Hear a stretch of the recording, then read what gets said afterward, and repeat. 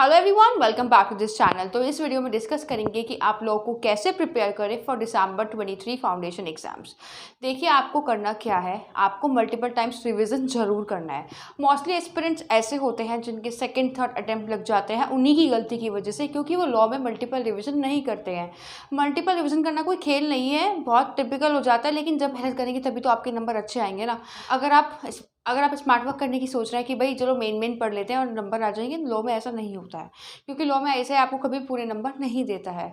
आपको अभी से ही मल्टीपल रिवीजन की हैबिट डालनी है। अगर आप अभी से ही रिवीजन नहीं कर रहे हैं, एग्जाम टाइम पे करेंगे तो आपको लॉस हो जाएगा। एग्जाम टाइम पे आप कितना रिवीजन कर लेंगे, आपके पास बहुत सारे सब्जेक्ट्स होंगे, और अभी अगर आप रिवीजन नहीं कर रहे हैं, बाद में सोचेंगे चलो ये चैप्टर भी पढ़ लो, ये चैप्टर भी पढ़ लो, लेकिन अगर एग्जाम में क्वेश्चन ऐसा आ गया कि आपने चैप्टर तो रीड कर लिए, स्टिल आपने डेप्थ में चैप्टर को रीड नहीं किया, और कोई क्वेश्चन ऐसा आ गया कि आपकी समझ में नहीं है, 3-4 चैप्टर से चारों ही क्वेश्चन ऐसे आ गए कि आप नहीं जानते ये टॉपिक है कौन सा, फिर आप उस टाइम पर बैठ के रिग्रेट करेंगे मैंने अच्छे से पढ़ाई क्यों नहीं करी थी, अब मुझे सेकंड अटेम्प्ट के लिए प्रिपेयर होना पड़ेगा। तो ऐसे आपको कोई काम करना ही नहीं है जिससे आपको रिग्रेट हो। अभी से ही मल्टीपल रिविजन की हैबिट डाल लीजिए। हर एक सिंगल चैप्टर को आपको 3 to 4 टाइम्स रिवाइज करना है। उसके बाद जब एग्जाम्स आने वाले होंगे उससे 1 मंथ पहले अच्छे से रिविजन करना है। आपको करना क्या है, जैसे आप फर्स्ट चैप्टर रीड कर रहे हैं, उसकी फर्स्ट यूनिट को आप कम से कम 2 बार रीड करिए, क्योंकि टफ है। और जो टफ होता है ना उसको आपको बार बार रिवाइज करना है। एक बार जो इजी होता है आप उसको स्किप भी कर सकते हो, लेकिन जो टफ है उसको आप बार बार जरूर रिवाइज करिए, और जो इंपॉर्टेंट है उसको तो करना ही करना है। आप ये सोच के मत चलिए कि मेन पढ़ लेते हैं। ऐसा नहीं होता कि मेन पढ़ लिया वही आ जाएगा, आ कहीं से भी सकता है। सपोज कोई पॉइंट ऐसा आ गया जो आपने पढ़ा है, आप फिर भी भूल गए, लेकिन आपने रिवीजन नहीं किया था, तब आप वहाँ बैठ के रिग्रेट करोगे कि मैंने रिवीजन क्यों नहीं किया था। तो कोई पॉइंट अपना ऐसा नहीं छोड़ना है जिससे आपको बाद में रिग्रेट हो। अभी से मल्टीपल रिवीजन स्टार्ट कर दीजिए। हर एक चैप्टर को बार बार रिवाइज करिए, बार बार रिवाइज करिए डेली। अगर आप ज़्यादा नहीं कर सकते, आधा घंटा तो रिवाइज कर ही सकता है ना। अपना पूरा दिन वेस्ट मत करिए, कोई भी दिन आपको अभी वेस्ट नहीं करना है। ये बहुत इंपॉर्टेंट डेज है, इनको वेस्ट मत करिए, इनको प्रोडक्टिव बनाइए। आपको क्या करना है, डेली आपको कोई भी 2 क्वेश्चन राइटिंग में प्रैक्टिस करने हैं। आप जो चैप्टर रीड कर रहे हैं उसका कोई एक टॉपिक भी लिख सकते हैं, और फिर उसके बारे में अपने आप लिख के देखिए क्या हम इसको लिखने के लिए कैपेबल हैं, क्या हम इसको लिख सकते हैं। ऐसे अपने आप को जज करिए। आपको ये नहीं देखना है कि दूसरा क्या कह रहा है, आपको ये नहीं देखना है कि दूसरे ने कितना प्रिपेयर कर लिया और हमारी तैयारी कितनी है। दूसरे के अकॉर्डिंग नहीं चलना है, अपने अकॉर्डिंग चलिए। डेली आपको क्या करना है, daily 3 hours per day law पढ़नी ही पढ़नी है, चाहे कुछ भी हो जाए। मोबाइल को त्याग दीजिए, सोशल मीडिया त्याग दीजिए, कुछ नहीं है। अरे फंक्शंस पार्टी में जाना सब कुछ त्याग दीजिए। अभी पढ़ाई है और कुछ नहीं है, पढ़ाई मेन है। लॉ में डेली क्वेश्चंस राइटिंग प्रैक्टिस करिए। अगर नहीं करेंगे तो ये दिक्कत आपको एग्जाम में आ जाएगी, क्योंकि आपको नहीं पता, क्वेश्चंस ऐसे ऐसे आ जाते हैं, बाद में देख के रिग्रेट ही रिग्रेट होता है, उनके अलावा कुछ नहीं होता। बार बार रीड करिए, अपनी लॉ की बुक को बार बार रीड करिए। एक्स्ट्रा मटेरियल पढ़ने की ज़रूरत ही नहीं है। आपकी जो मॉड्यूल है लॉ का वो सफिशिएंट है, उसको ही बार बार रीड करिए।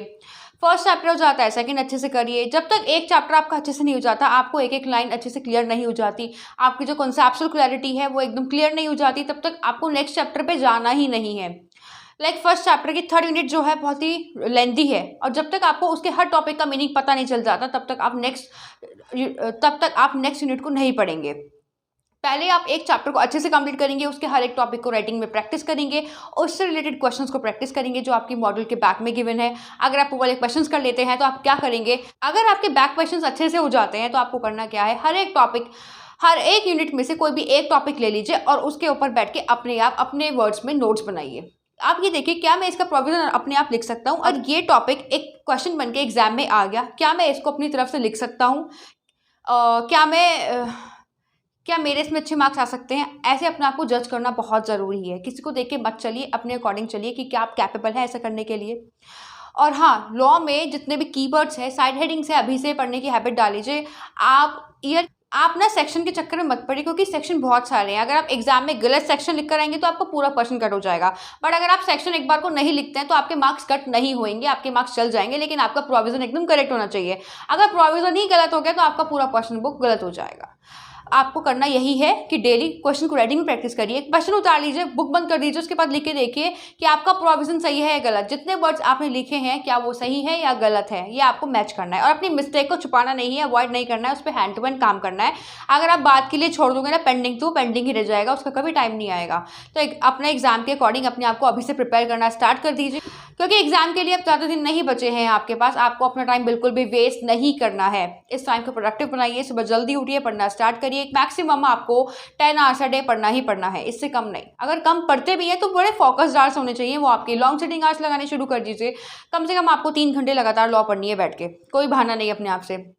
फ़ोन एक तरफ रख दीजिए, लैपटॉप एक तरफ रख दीजिए, आपको पढ़ना है बस, सोशल मीडिया नहीं, डिस्ट्रैक्शन नहीं। जहाँ आप बैठे हैं ना वहाँ कोई डिस्ट्रैक्शन होना ही नहीं चाहिए। जहाँ आप बैठकर पढ़ते हैं ना वहाँ मोटिवेशन कोट्स लिख के स्टिक कर लीजिए, और जो आपकी वीकनेस है उसे एक चिट पर लिखकर स्टिक कर लीजिए।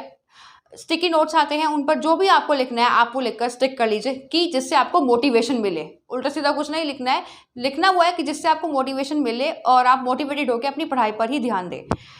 और अगर आपको कोई भी डाउट है तो आप हमारे टेलीग्राम चैनल पर पूछ सकते हैं। बाकी इस वीडियो को लाइक करिए एंड चैनल को सब्सक्राइब करिए। Thank you.